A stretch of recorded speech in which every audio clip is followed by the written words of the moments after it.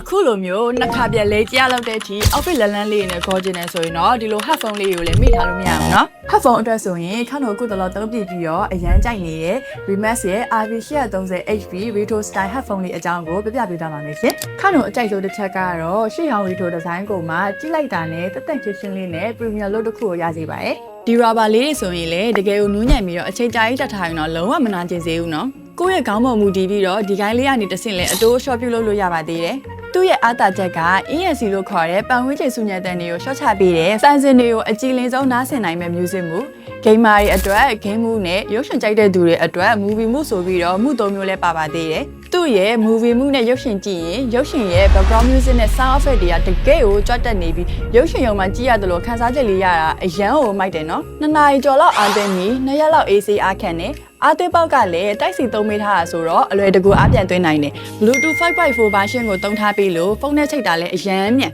ယောက်ျားလေးရောမိန်းကလေးပါသုံးရတာအဆင်ပြေအောင်အယောင်၄မျိုးနဲ့လာတာဆိုတော့ကဲဘာလို့သေးလဲပြော Hey မင်းဒီမှာဆိုလို့ထပ်ပြောမယ်နော် Remax ရဲ့ RV830HP headphone လေးတွေကို Remax ရဲ့နီးစပ်ရဆိုင်တွေမှာအခုပဲဝယ်ယူအားပေးလိုက်တော့နော်